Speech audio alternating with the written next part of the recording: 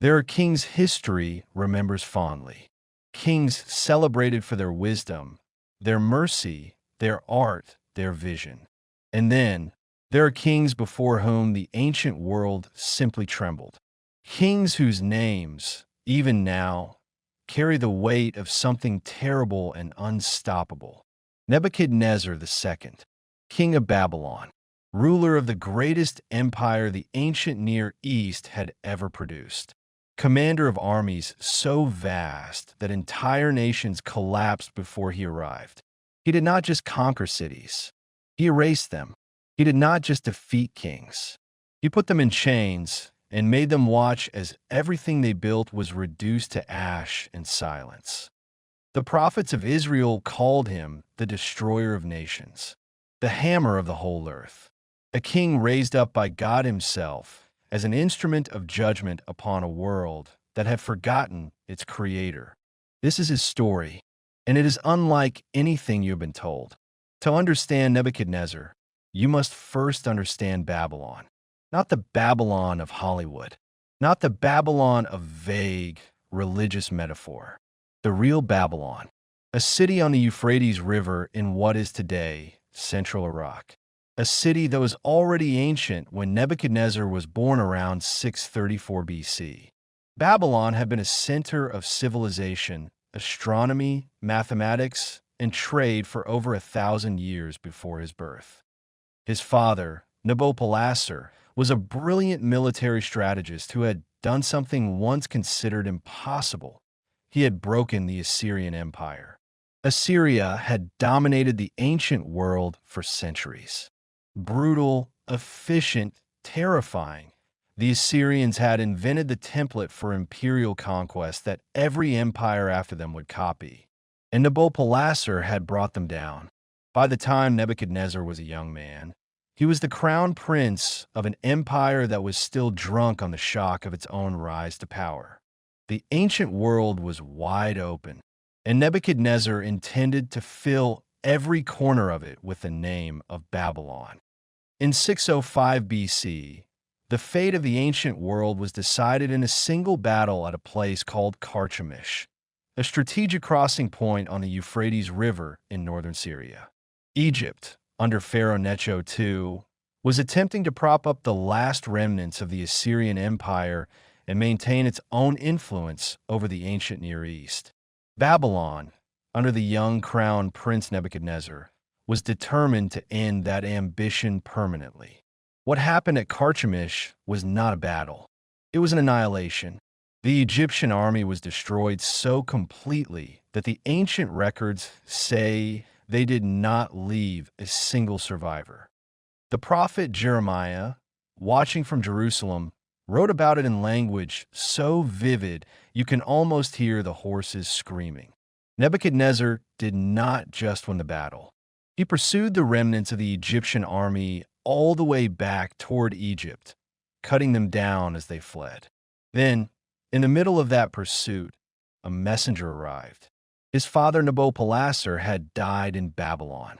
Nebuchadnezzar turned his army around, crossed 600 miles of desert in less than 3 weeks, and arrived in Babylon to claim his throne. He was 23 years old. Nebuchadnezzar was not only a destroyer. That is what history forgets.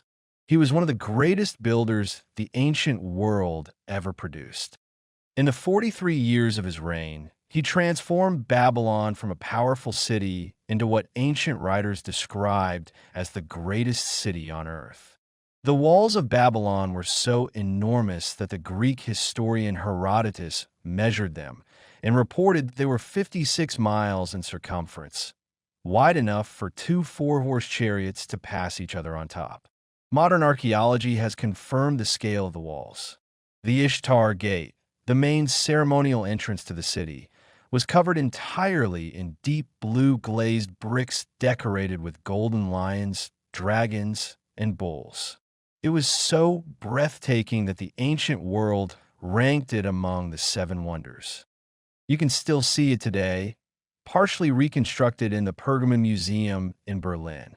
And then there were the Hanging Gardens. Ancient writers described tiered gardens rising like a mountain above the flat plain of Mesopotamia, filled with trees and flowers and fountains. Some believe Nebuchadnezzar built them for his wife Amytis, a princess from the mountains of Media who missed the green hills of her homeland. A king of iron who built gardens for a homesick queen. In the same year that Nebuchadnezzar became king, 605 BC, he turned his eyes west, to the small, stubborn kingdom of Judah. Jerusalem, the city on the hill, the city of Solomon's temple. The kings of Judah had been playing a dangerous diplomatic game, sometimes paying tribute to Babylon, sometimes courting Egypt. Nebuchadnezzar had no patience for political games. He marched on Jerusalem and placed it under siege. King Jehoiakim of Judah surrendered. He had no choice. The city was spared for now. But Nebuchadnezzar did something calculated and deliberate. He did not just take gold from the temple treasury. He took people. Specifically, he ordered the selection of the finest young men of the Israelite nobility, physically perfect, intellectually brilliant, socially trained, and had them taken to Babylon to be educated and assimilated into Babylonian culture. Among those young men was a teenager named Daniel, and a young man named Hananiah, and Mishael, and Azariah, names that Babylon would attempt to erase and replace with Babylonian names, names that would instead echo across 3,000 years of history. The king thought he was taking hostages. He was actually planting the seeds of the most dramatic story of his entire reign. The book of Daniel opens in the court of Nebuchadnezzar, and what it describes is one of the most psychologically vivid portraits of an ancient king ever recorded. Nebuchadnezzar was not a simple man. He was brilliant, strategic, deeply superstitious, capable of breathtaking generosity and also of sudden, terrifying violence.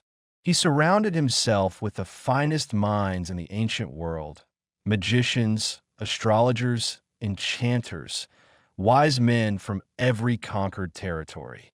And then he tested them in ways that were almost sadistic. In the second year of his reign, he had a dream that disturbed him so deeply he could not sleep. He called all his wise men together and demanded not only the interpretation of the dream, but the content of the dream itself. He would not tell them what he had dreamed. They had to tell him first. If they failed, he would have them all executed and their houses turned to rubble. The wise men were horrified. No king had ever demanded this.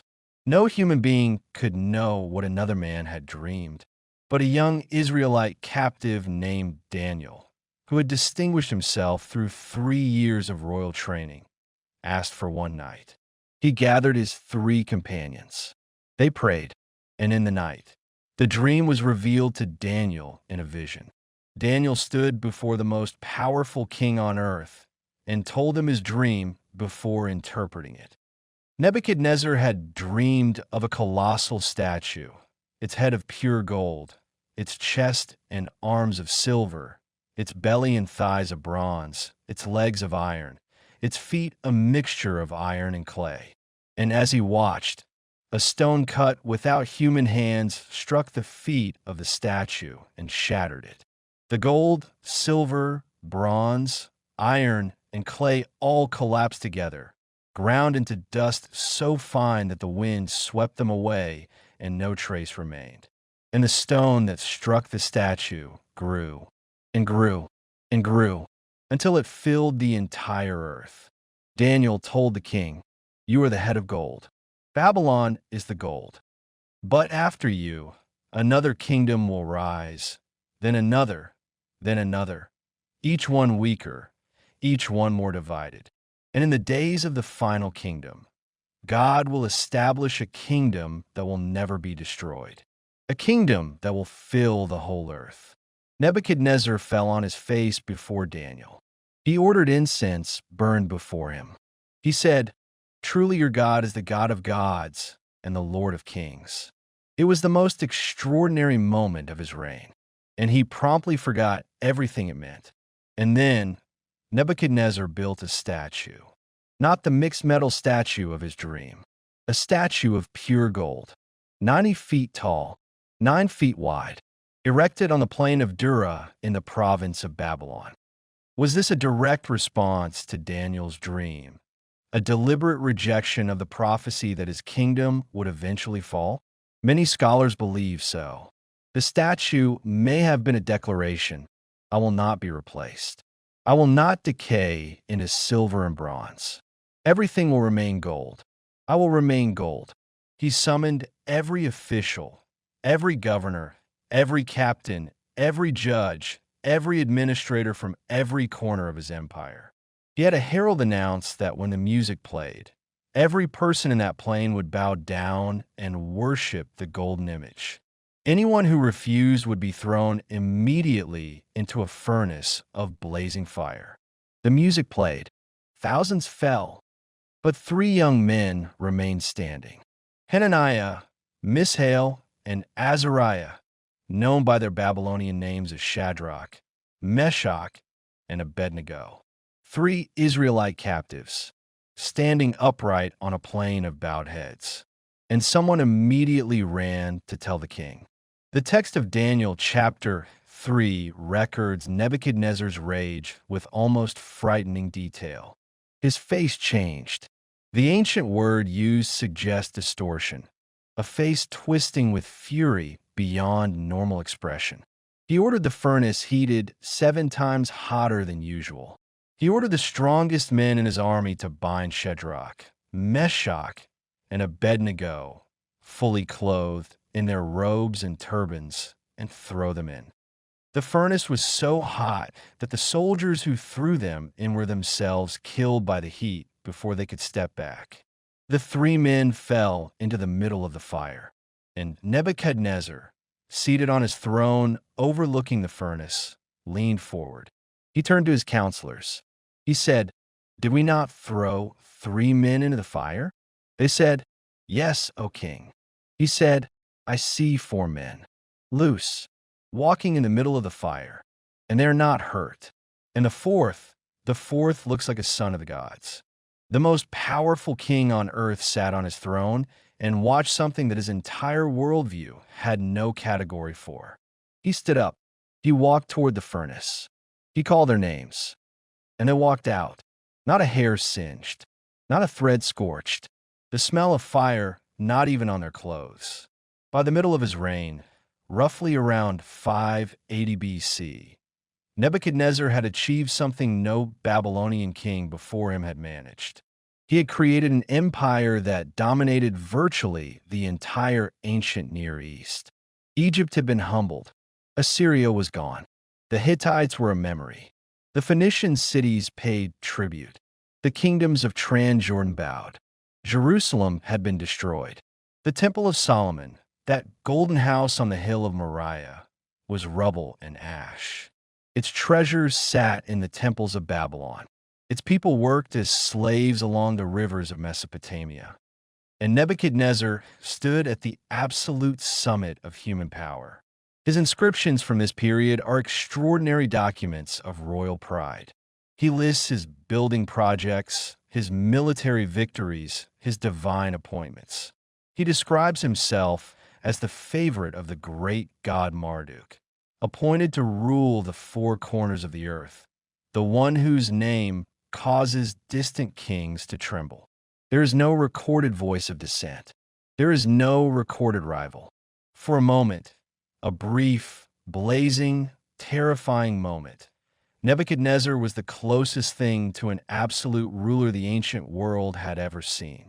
And that is precisely when God spoke to him again. 12 months before the judgment fell, God gave Nebuchadnezzar a second dream. And this time, the king told Daniel the dream willingly.